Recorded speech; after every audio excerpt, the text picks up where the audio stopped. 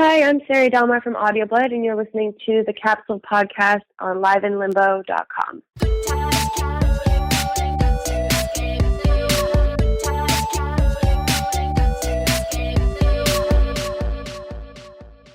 You're listening to Capsule on liveinlimbo.com, and this is an adventure into music, film, and pop culture.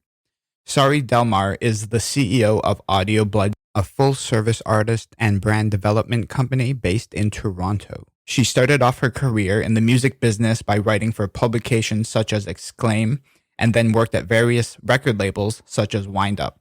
During this time, she started up a company called Audio Blood, and then she was able to take it full-time in 2009.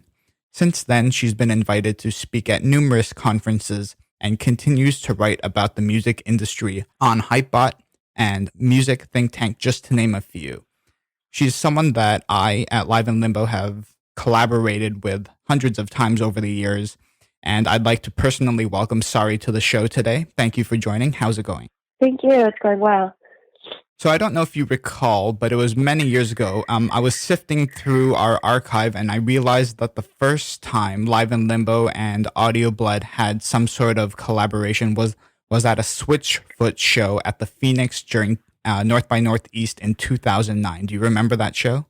Honestly, I don't, but Yeah, I know. I barely remember that. yeah, my memory is very foggy, but I think it might have been someone on my team that was working on Yes, it. probably. And we, during North by, we have tons of shows going on, so we're all running around. I wasn't personally at that show, I know that. Yeah. But I'm glad that you were, and I hope that you had a great time. Oh, yes, totally. So I think one thing that's kind of funny to start off is that one thing that our companies have in common is the love for music, obviously, but also how we name them. So tell me about the name Audio Blood and where that comes from. Totally. Well, I have my one favorite band since I was 13 years old, and they're called The Matches, and they're from Oakland, California. They broke up about 5 years ago, although they just reunited last year. But I don't think for good, just to do some reunion shows. However, they were on the pop punk circuit, played Warped Tour, and their first album called Yvonne Doll Killed the Locals was my favorite. It just changed everything for me. I grew up in Barrie, Ontario, and it was just this album that really kicked me in the butt to get out and do something and make a difference. And it was a really positive record. And the second track on that record is called Audio Blood, and the lyrics and the whole song is about a community meeting underground and kind of being the oddball out at school, but having this underground community to call home. And it really stuck with me, and it was a concept and an idea that I found really appealing and just wanted to always find that place for myself or create it. And then that is in turn what Audio Blood turned into, without even, now you can look back and you can say, oh, this is how I maneuvered that, or but at the time it was very unconscious, and it was just me loving this record and loving music and wanting to have an underground community. At first it was an all ages community because I was very young, but in general, Yeah, totally. And so Live in Limbo comes from a Radiohead song called In Limbo. So I think that's kind of a cool thing where both of our companies got a name from a song. Awesome. Yep. Yeah, there's lots of great things named after songs that are even huger than our companies, and I love that that music has the power to do that. Yep, totally.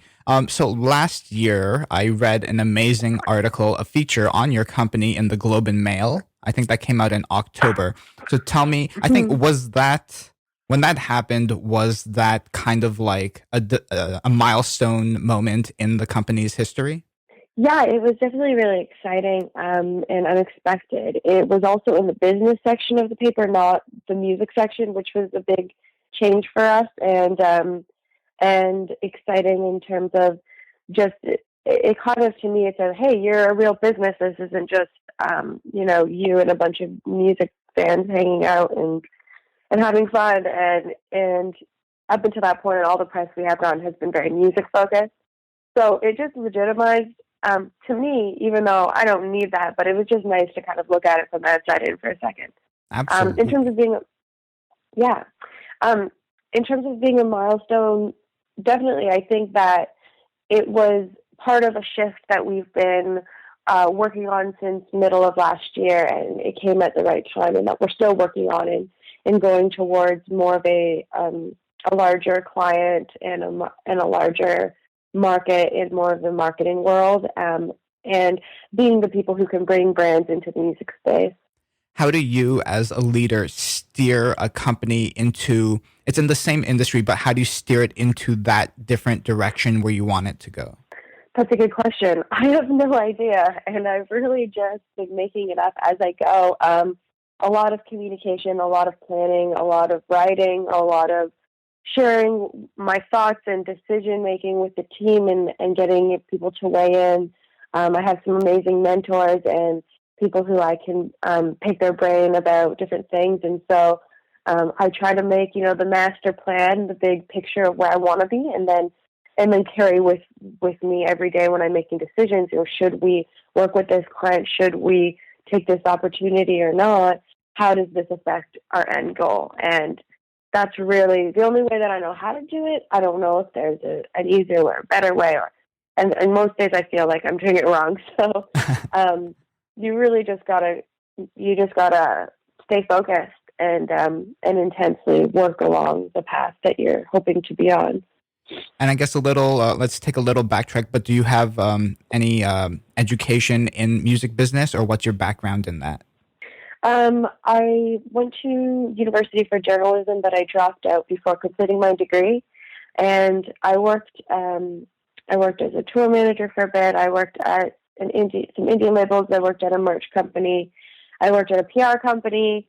I just was, young and wanted to do everything that I could, and I was able to travel across Canada in tour van a few times, and just really see all angles of the business. So when I started the company, I was 18, and it was a very quick decision, and I was kind of like, hey, if I get 5 bands to pay me like $100 a month to help them with their press, then I could make my rent. And it was like, okay, well, what if I could make more than my rent? Or what if I needed to hire help? Or, it was all very just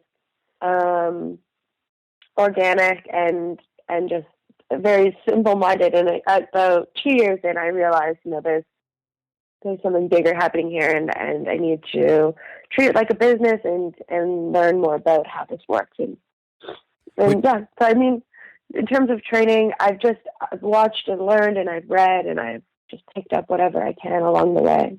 Would you recommend that to newcomers to the industry? Would you recommend that they do the traditional theory route through education, or try to get their hands on stuff?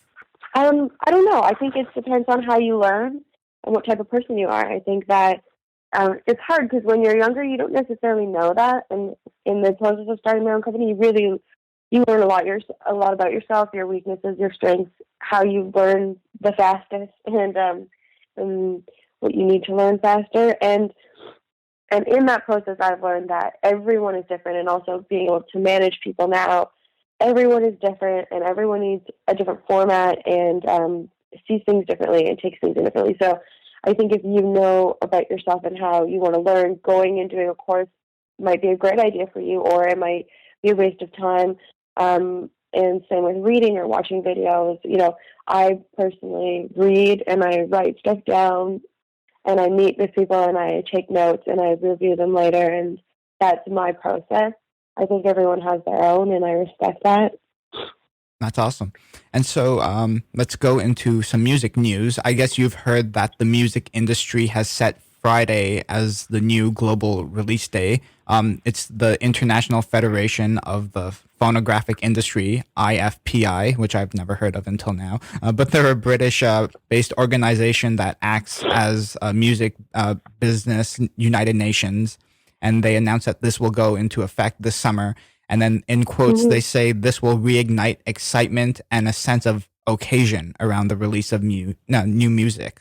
This used to be on Tuesdays, I think, but what are your thoughts on this? Yeah, it's been Tuesdays forever since I came into the industry, but I think I think it's great that there's been an official shift. I think even the idea that an old institution is changing is a great idea and exciting that people are still caring. I don't think it's going to change much. I mean, with digital and everything, um, people are releasing music whenever they want anyway. So if you asked a music fan on the street right now who's younger what day new music comes out, they would have no idea. They'd say whatever day the artist chooses, and that's true because you can put stuff up any day of the week now. But in terms of physical shipping to record stores, used to be, I mean, I'm sure you remember when a new record would come out, you would like mark it on your calendar and go to the record store that day to buy it. That was so exciting.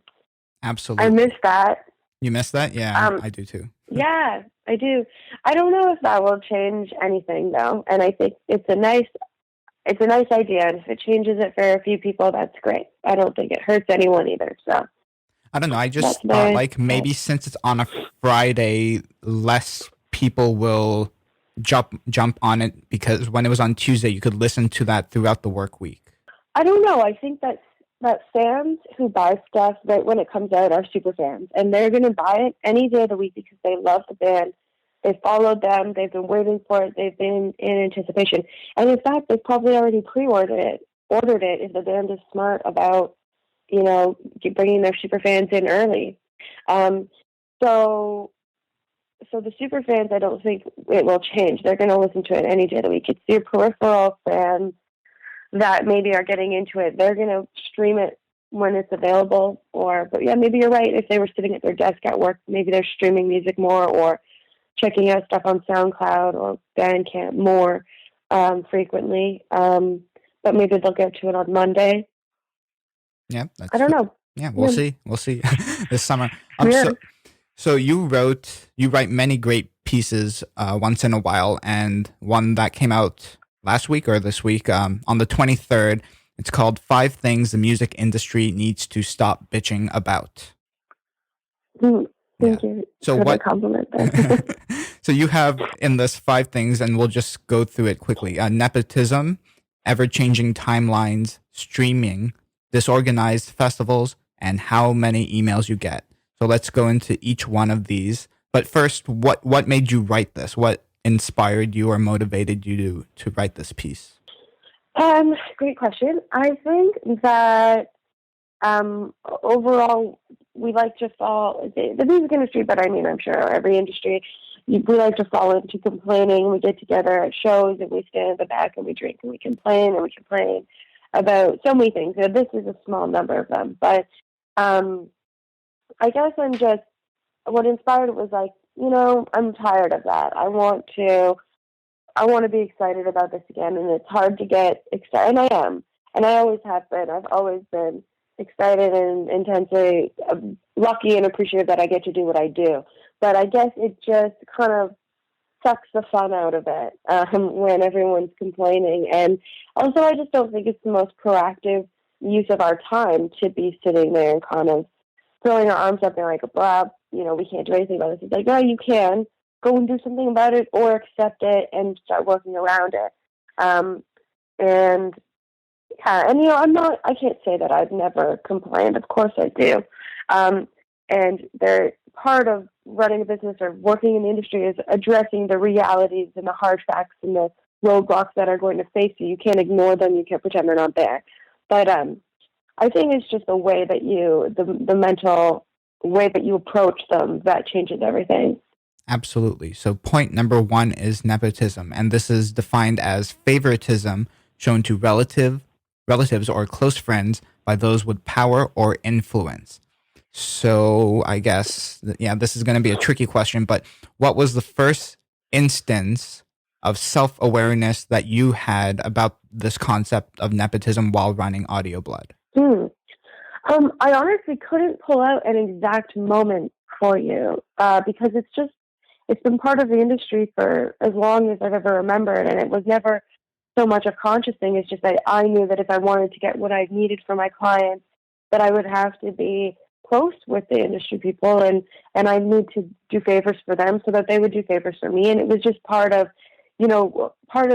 starting into this industry at such a young age is that I was doing all the actions without fully understanding the bigger picture until a little bit later on. And so for me, it's always just been very much a part of it. And I think that that's what this industry is all about. We don't have any government or like board of the industry, or when you're a lawyer, you have to pass the bar and you get your license taken away if you cross lines or are not ethical. And we don't have that. And so my point here is like, okay, don't complain about it, use it to your advantage and go for it. That being said, it leaves you with your own conscience to govern how ethical you're going to be.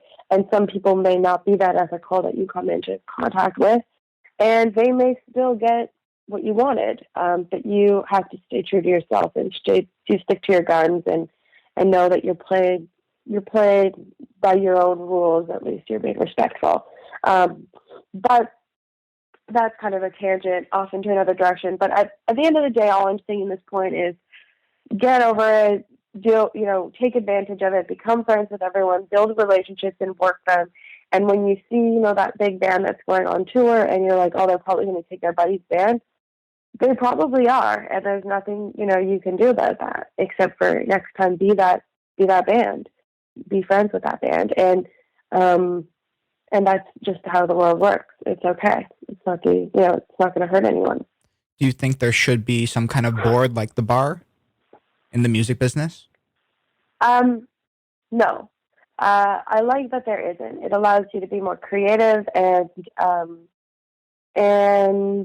yeah, I think that it would probably get political anyways, and there would be issues, and it would just be another layer of frustrations that people would have to fight through. So I don't think it's good. However, I do think that I guess I think that you fall into working with people who work the same way as you and who are ethical and respectful, and that sometimes you won't work with ones that don't, and you have to make your own decisions and protect your own space and deal with that as you go. So I guess, I don't know. Maybe what I'm trying to say is I don't know.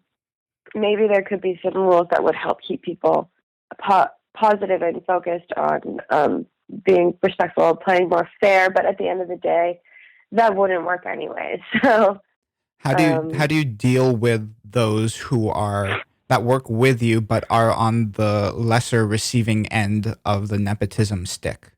I think that every band or our client is at their own stage, and it's my job to work with them to strategize how to get them to the next stage. And that includes building relationships. And so when that excites me, that process, and that's why I do what I do, because that process of climbing up the ladder in the industry for my clients, for my bands, and for me it's exciting. And so when I travel to New York and a big manager I'm trying to meet with cancels my meeting, and they canceled it twice, and I'm like, I really wish that they would see my meeting as valuable, because all it would take is for me to sit down with them, for them to understand why and how we could do something together.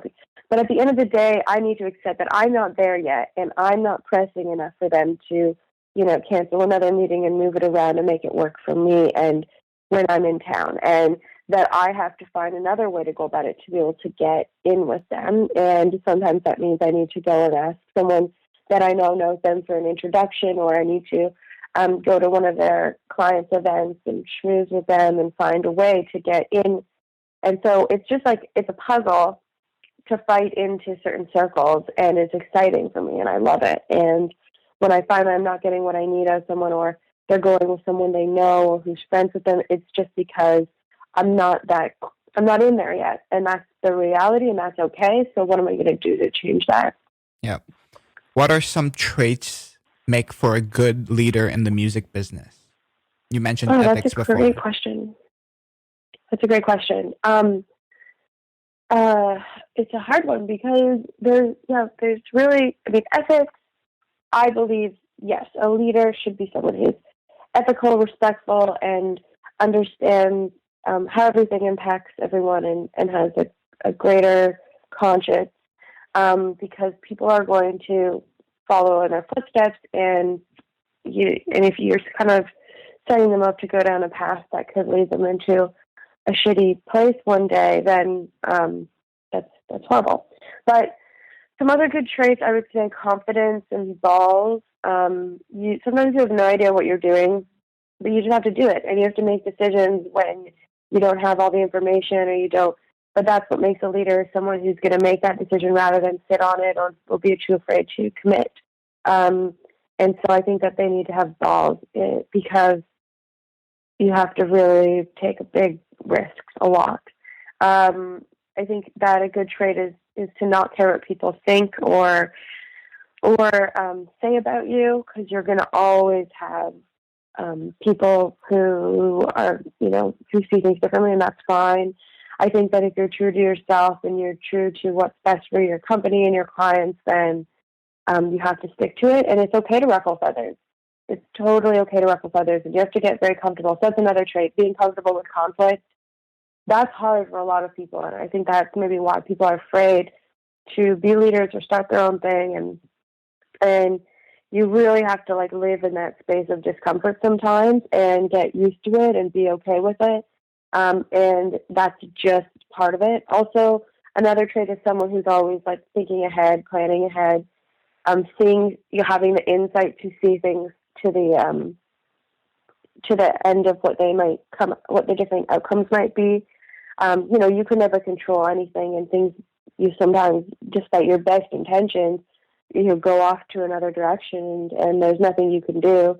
But you do need to be making decisions with the end goal in mind always. And then that's another one. I think another good trait is someone who has a thick skin and can accept failure a lot. You're going to fail a lot more than you're going to win, and when you win, it's going to feel so great because of all the times you failed. But if you had given up after you failed, you wouldn't have gotten to the win. If you torture yourself and become negative because you failed at something, or you don't trust yourself to try it again, or you have this doom monster following you around and holding you back, and you have this negative outlook, you definitely will never win, and you'll stay stuck. And there's a lot of people like that, unfortunately. So I think a strong leader, it really picks himself back up and says, yep, that happened. What am I going to learn from it? Okay, let's move on. And really, you have to isolate the failure and let it stay in the past. And then I think another good trait, there's probably millions I could talk about, but I'll make this one my last one.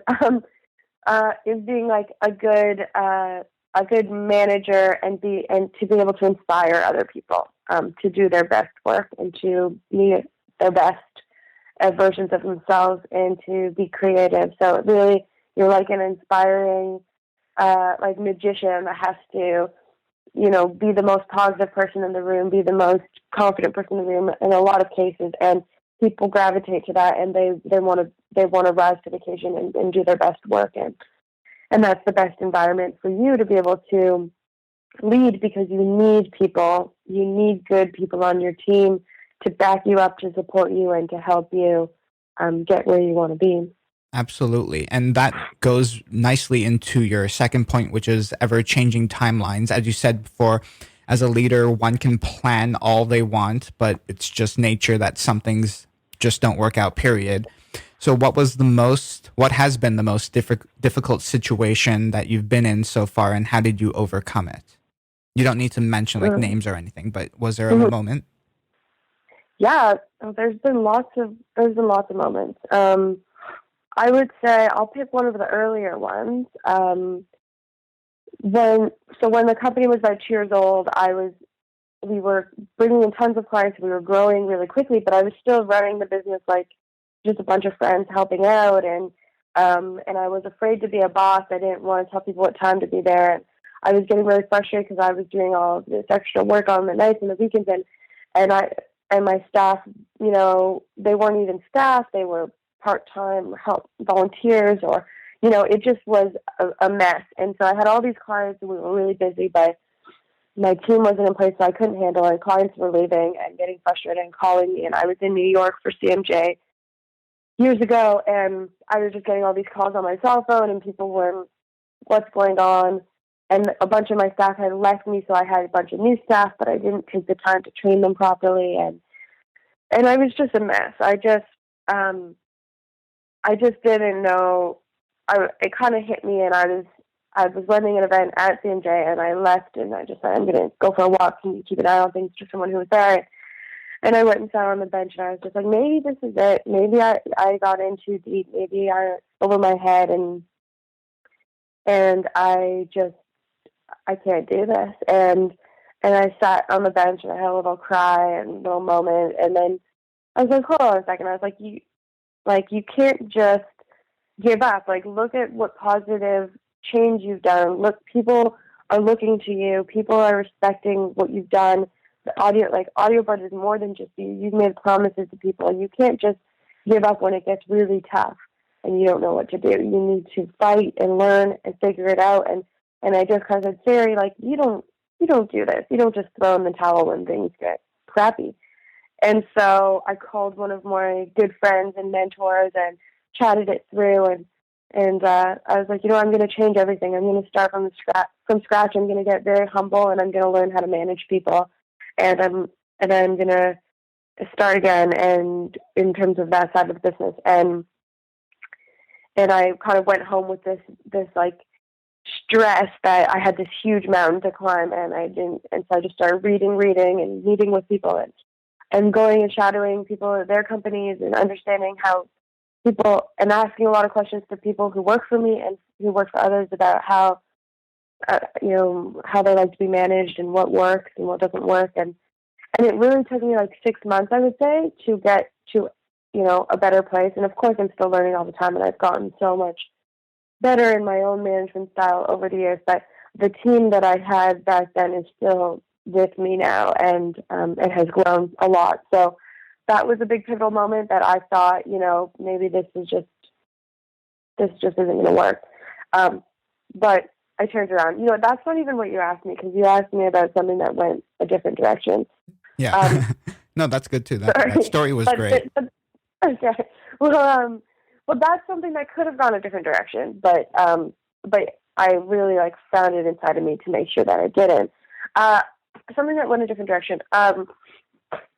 Just there's been a lot of clients that you work with, and you start working with them, and you all have the best intentions, and you want the same things, but along the way you find out that maybe it's not the right fit, and that you butt heads, and you've invested a lot of time and energy, but you have to make the decision, or they make the decision, or together you make the decision that it's just not best for their career to continue working together, and they would be, they need to find a better fit for someone to work with. And that's just life, and that's normal, and that's okay. But it's always a little bit of a punch in the stomach or a disappointment, and you're like, I really tried everything I could, and I wish I could have controlled that outcome more. But, you just can't. So I've kind of gotten number to it, or just more understanding of it, so I don't beat myself up when that happens, but it happens. Yeah. And then you have clients on the other side that, have stayed with you for years and years and grown with you and would never leave. So, you have both sides of the spectrum, and you never know how things are going to go. You can just, hope for the best and work for the best Absolutely. outcome. Mm-hmm. But in terms of ever-changing timelines, what I was meaning with that is, how many times I've seen in the industry when you're like, okay, a record's going to come out of here, let's start planning and budgeting and making our,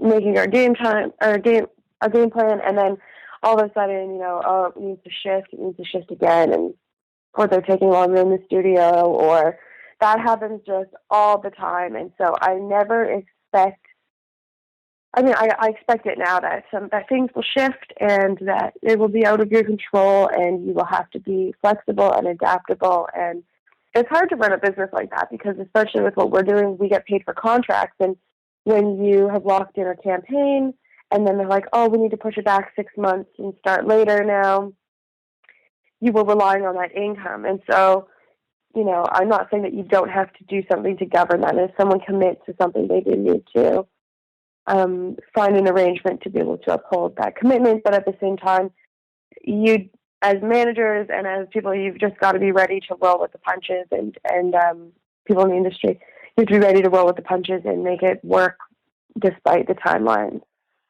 Absolutely. Tim Cook, the CEO of Apple, stated that a good, I guess, philosophy to have for a company is people, strategy, and execution in that order. Do you agree with that? Like, do you put your people, your team, or your client first, and then make a strategy of that, and then executing it the best as you can? Yeah, definitely. I would say that that's a great, that's a great model. I would say that the one thing that's missing is passion, which I would put at the front of it. Because maybe I'm a little bit more hippy dippy, and I always keep that in there for myself and for how. So it's the passion for music and for leadership and for growing the company, and then having the right people, hiring the right people, keeping them, and then strategy. Strategy I always look at as a mix of timing and foresight and luck, and I call it magic a lot of the time, because there needs to be something that just clicks together to make a strategy really work. And then execution. I mean, execution is everything. If none of the other things matter without execution, you can have the best people, you can have the greatest ideas and strategy, but execution is the only thing that will move you ahead. And if you have if you're stuck in making things happen, then you don't have a business. So maybe even execution goes ahead in the list in terms of importance, but I understand that chain is kind of how it happens. Yeah. And point number 3 in your article is streaming. This is one that I've been pretty heavy on too. So this week it was revealed that Bjork is following suit with Taylor Swift on their pulling out of Spotify. And this was on Fast Company. And essentially she just says it's not so much about the money. It probably is about the money a little, but it's more of the lack of respect and quotes. And so first, do you stream, and what do you think about streaming? I do, and I will give you my whole view on this point. It's kind of tricky, but I do believe that I think when you're a major artist like Bjork and Taylor Swift, you can do whatever you want. You should probably, to make the most money, service your music direct to your fans through a platform like maybe a Pledge Music, or through your website, or through your mailing list, or get that data yourself, and you don't necessarily need all of the industry mechanisms that used to be available, or broker your own deal with Spotify, that kind of has, or like when you have that kind of power, people are going to find you and listen to you wherever you are. So use it. And I do believe that it's a great idea. But what I love streaming, and I've gotten into it in the last 2 years. And RDO is my streaming platform of choice. And it brought back so many records I hadn't listened to in so long, and it's making me checking out new music more often. I'm listening to records like more times than I usually would have, and it's just convenient. And I can see why music fans love it, because I am one of those people, and it works. And so I think that it is here to stay, and I do think that there's an issue, a very big issue, that the streaming companies need to pay the artists better, and that the royalties need to be sorted out. However, I can't sit here and say that I know the inside of Spotify's books and how expensive it is for them to build the platform and operate and grow. And then, so it's a business, and it's a smart business, and it's unfortunately to the detriment of the artist's income. But on the flip side of it, if you're a developing artist, your income probably would have been less or equal to what Spotify is paying you anyways in terms of getting new streams. And it is it's a music discovery tool. And I used to put our bands up on MySpace and Pure Volume back in the day, and then go after getting features on those sites, and that was all for free, and we didn't get paid for that. And now you're going to get quarter of a cent, and it's nothing. But if you do make a huge impact, it adds up, and it's an opportunity for discovery. People are checking out more music. They're seeing what their friends are listening to. They're checking out playlists. If you use it well, I think for a developing artist, it can be very instrumental. An example of that is an artist that I love, who I found on streaming, named Kieran Lavery, Ciaran last name Lavery. He's from Ireland, and he is amazing, lovely folk singer-songwriter.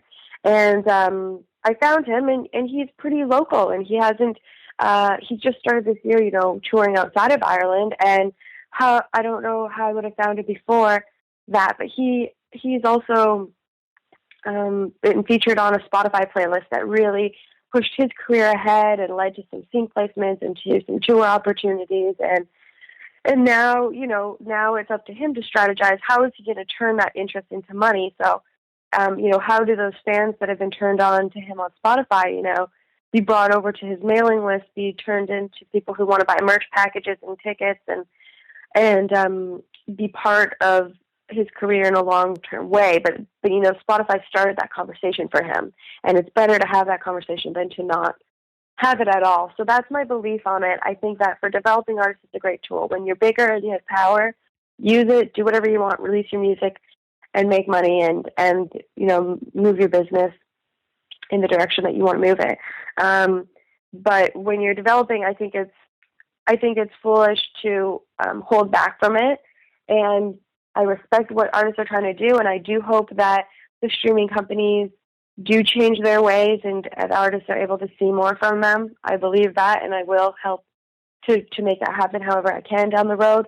But at the end of the day, us sitting around complaining about it isn't doing anything for our music careers. It's giving them all the power anyways, because now we're not fighting for anything. And if you're going to complain about it all the time, then what's, then what are you doing instead?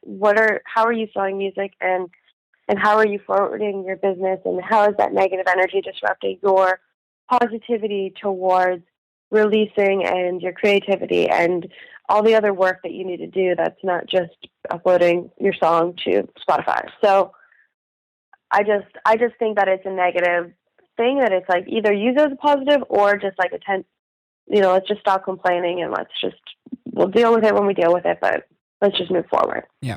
I also use RDO. I prefer it over Spotify. I've used Spotify before, but I think an issue is, as they said, Bjork and Taylor Swift, is that because Spotify, I think the fire is on Spotify because they are free. Like anyone can listen to it for free, but with ads in it. RDO, you have to pay for. So I think the model there has to be tweaked a little. And so I wanted to know what your thoughts are on like Apple acquiring Jimmy Iovine, Dr. Dre, and now BBC One, Zane Lowe, on their potential upcoming Apple/Beats music streaming service. I'm curious to see what they do with it. When I was in LA in July, I went to the Beats office, and this was just before this all got announced, and they had these beautiful buildings that were all brand new and beautiful offices, and like the team was great and very eager to and then I know that now they're all Apple employees, and so I don't know what they're going to do with the platform, and so I'm very curious. I think that it's a smart move for Apple to acquire a music company that was made by music people, rather than trying to build it themselves, which they could. And there was Apple Radio kicking around for a bit, which I don't really know what's happening there. But I think it's smart, and I'm sure that there's a plan that I'll be interested to hear about. Did you find that those people that you were in contact with Beats got a lot more Apple-y mysterious after the merger? Like secretive? No, I haven't really reached out to them recently, but I think that some of the people in our office have been working with them on different things. So, I'm not sure. I think, I haven't asked the question, so maybe if I were to ask the question. We'll see. Number 4, which is a big part of what you guys do, music festivals, but you wrote about disorganized festivals. So there are so many great music festivals, as you know, and longtime favorites coming to Toronto this summer, new and old. So as people working as PR behind a major event such as Canadian Music Week, how do you assemble a team for such a task? And what are your thoughts on disorganized festivals? Hmm. Well, my point in that piece is that festivals are usually disorganized, or so it seems to the outside eye. And a lot of managers or artists like to complain about, oh, this festival is such a mess. And it's like people are very overworked and underpaid in that industry. And so people who are working for the festivals are usually quite stretched because it's everything at once and they're doing their best. And so there's really no point in complaining about it because there is going to be little things that slip. And, I'm not saying not to have the highest standards and to ask for the most when you're playing a festival or speaking or involved. But all I'm saying is that, there's no point in just complaining about all the time. You just got to expect that things may be a little haphazard. But in terms of how do I build a team heading into something like Canadian Music Week, we handle the PR and social media, and that's like one of the funnest parts of my job. I mean, I think there's a lot of fun parts, but getting into build a team and get into production mode is really exciting. So we build a lot of schedules. We build up a volunteer team. We assign everyone their different areas that they're going to be managing. So we may have a registration manager, a award show press manager, a conference press manager, and one person to really be the expert, and then they each have an assistant. So that's just kind of the format that has worked for us, and then they're running around the festival the whole week, and their assistant is able to help them jumping through different hoops and handling all the emails. And so all I've learned from, preparing for festivals that we work is that to think through everything, to be incredibly organized, to have a really detailed schedule, and to, be aware of what you're heading into. So ideally you've gone to the festival before, or you've at least seen the site and walked through. Also working really fluidly with the production team, something that a lot of media teams don't necessarily know how to do, but we have a lot of ex-production people, kind of current in what they're doing with us as well, but people who have worked production, and we try to make sure that we're really fluid with the people who are actually producing the event so that our media aren't in their way and they're appreciative of what we bring to the table, and they can do their jobs, and we understand what their demands are or what certain artists' demands are, and we can help facilitate that and make things easy for them. Always making friends with security is really important right at the start of the day when you're working festival, and walking around and say, hey, I'm handling the media and social. I'm going to be running around to let me know if you need anything, and offering to bring them drinks and whatever they need because they're standing there all day. But if you get the security and you're good folks, you're good.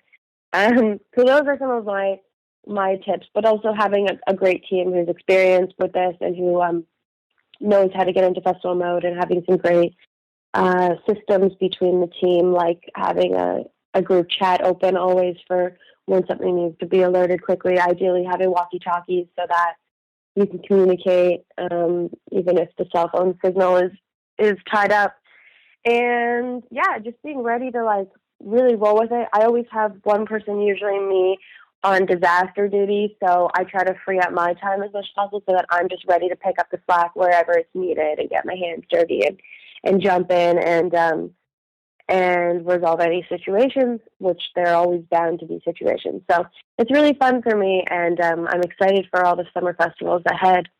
Absolutely. So last year we actually did a CMW wrap-up podcast, and I have to say that CMW last year was phenomenal. I loved how you guys ran it. It was perfect. Shout outs to Sasha Miller, Caitlin Davis, and Aaron Carroll. Great team. Thank you.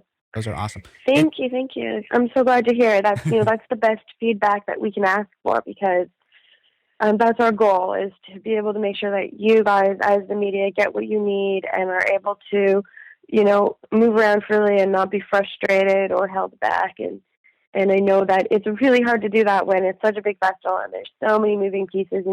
There's going to be something that comes up. So when you guys are also hustling and willing to make it work and work with us, it means a lot to us. Absolutely. So I guess, CMW this year looks really great too. Lots of big headliners. Are you excited for that?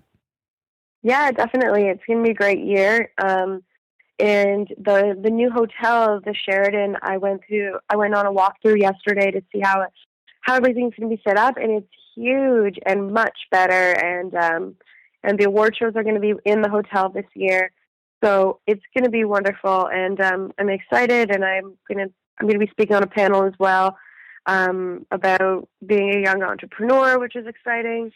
CMW really is one of my favorite times of the year, and it has been for like 10 years since I was a young music fan, and then a journalist and a writer like you, hopping around covering everything, and then working for the festival for the last 4 years. And I'm very lucky that I still, get to do it, and I love it. I really love it.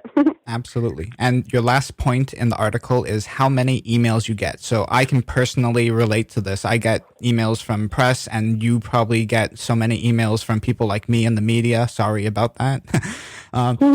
But I guess you shared in your article another article by Scott Belsky of 99u.com called Beware of Reactionary Workflow. So what are your thoughts on this? And do you have any tips or like life hacks or apps that you use to stay on top and prioritize work and personal things? Yeah, I love talking about productivity and like organizing your space. And I think that finding good systems is going to be the biggest tool when you kind of wake up to that and notice that, sometimes it takes a little bit more time to have good systems and to organize yourself, but you can be so much more productive, so much more creative when the clutter is out of your mind. So Scott Belsky is an amazing writer that I followed for a long time, and the founder of 99U and Behance, and he wrote a book called Making Ideas Happen, which is also one of my favorites and very recommended for any artists or creative types that find that they're frustrated with all the kind of business that clutters your space, and how to be productive despite all the moving pieces. And so what he talks about in that article and in the book is there's reactionary work, meaning that emails are very reactionary. They come in and you feel like you have to reply to them right away. And that person who's at the top of your inbox isn't necessarily the most important person for you to get back to right now. And we only have so much time to be doing our best work and to be moving our companies forward, our artists forward, our clients forward. So you have to really manage that, because you can get stuck in your inbox all day and realize that you didn't make one outgoing call or one outgoing email that is actually something that you want. You just replied to everyone to give them what they wanted from you. And you have to be very aware, because you'll find that you haven't gotten anywhere if you're kind of just in reactionary mode all the time. So the systems that I've developed, there's a great app called Mailbox that you can have on your phone. It actually, unless they've updated it recently, it can only work for Gmail accounts. I hope that they do update it so that it can be like this business accounts. I think that they might have apps for different platforms. Okay. Like I imagine that they have a Android app as well, and a BlackBerry app, but I'm not positive. But I have an iPhone, so Mailbox app is amazing. You just swipe your email left or right, and it will remind you later, and you can put remind me tomorrow morning or or in 3 hours and that sort of thing. But I use just my Apple Mail, my Mac Mail, and so every email that comes in, I look at it very quickly, and I sort it. I put it away into like the deal with later file. If it's like an under 3-second reply, I reply to it right away. If it needs more thought and I'm too busy working on something else, which is usually the case, I put it in my like to deal with folder, and then I get to it at the end in the morning, and at the end of the day, I sift through and say, okay, which of these need to be replied to today, or can this wait till tomorrow, or when I have like an hour to just work on emails. And then, because I work on a lot of plans and strategies and approving documents from the team, and client-facing work, and then also proposals for potential clients. And I need to make sure that most of my time is spent on that. And I have a very great team that I can forward stuff to, and they'll jump in and deal with it so that I can stay focused. Or I'm in meetings on most of the days too. So some days I'm in meetings from like 9 to 7, and so in between each of these, I'll skim through the inbox if there's anything emergency or pressing, and that just allows me to work. And that's just my own system. I think that everyone will need their own different system, but I think that it starts with understanding what's reactionary and what's progressive work, and what you need to be accomplishing to be able to move your team forward. Absolutely. I think last year or a few months ago, you and I had a Twitter back and forth, and you introduced me to a newsletter, a great one called Productivityist. Yeah. Yes. And yeah. so what do you like about that? And are there any others that you would recommend for leaders? Totally. Oh yeah, I read a few. I just love the great articles. I mean, across the board, that one as well as the 99U newsletter. I always skim through and pull stuff out. Great productivity articles as well as on their social feeds. Inc. is another one. There's entertainment, or not entertainment. They're like entrepreneur business magazine, Fast Company as well, which you mentioned. Billboard Biz. I read just to stay updated on industry news and what's going on. The Skim is another one. Skim, SKIMM, and it's like the headlines for the day in a really brief, like kind of funny narrated way. So that's more like world events and like wars and things that are happening or things that President Obama said, and you can just read through it really quickly. In Canada, I always read the FYI music newsletter every morning because it has like the latest Canadian industry news. I always read the Marketing Mag and Adweek newsletters, and The Drum is another good marketing magazine. So I kind of have all my different ones for different areas of things that I do, but in terms of productivity, I would say 99U is my favorite. Awesome. And so cool. That's so finally, since we're all about the music, who are 3 artists that we should be keeping our eyes and ears on in 2015 that excite you? Ooh, that's very exciting. I really have been excited about this artist named Franklin Electric from Quebec. Yes. Do you know them? Yes, I do. Yes. Yeah, they've been doing quite well and building up, and I think that it's going to be a really big year for them, and I'm excited about that. Okay, who else will I choose? There's a band from BC named Humans that I guess I'm biased. We're working with them, but I am really excited about this new record, and I've been listening to it nonstop. And it's electronic, indie, dancey, fun, and really wonderful. And they put on a great show, and they're going to be here for CMW on March 9th. And then I'll say one that I'm not biased on. Again, actually, I'll come back to that Kieran Lavery from Ireland. And he's really special, really amazing voice and songwriter. And I hope that he can make a trip to Canada sometime later in the year. All right. That's awesome. Yeah. Thank you, Sari, for joining us today. That was very insightful, and hopefully all of our listeners can learn from that. So where can all of them find you on the internet? I can be found online at SariDelmar.com or on Twitter at Sari Delmar or Instagram or Facebook. AudioBlood.com is our company's website, and at AudioBlood Media on Twitter. Thank you so much. Have a great day, and I can't wait for CMW. Thank you. See you soon. You can find myself on Twitter at Sean Chin, and you can follow the show at Live in Limbo. And please subscribe to the show on iTunes. Give us 5 stars, leave some nice words. And as usual, you can find the show notes at liveinlimbo.com/capsule. Take care.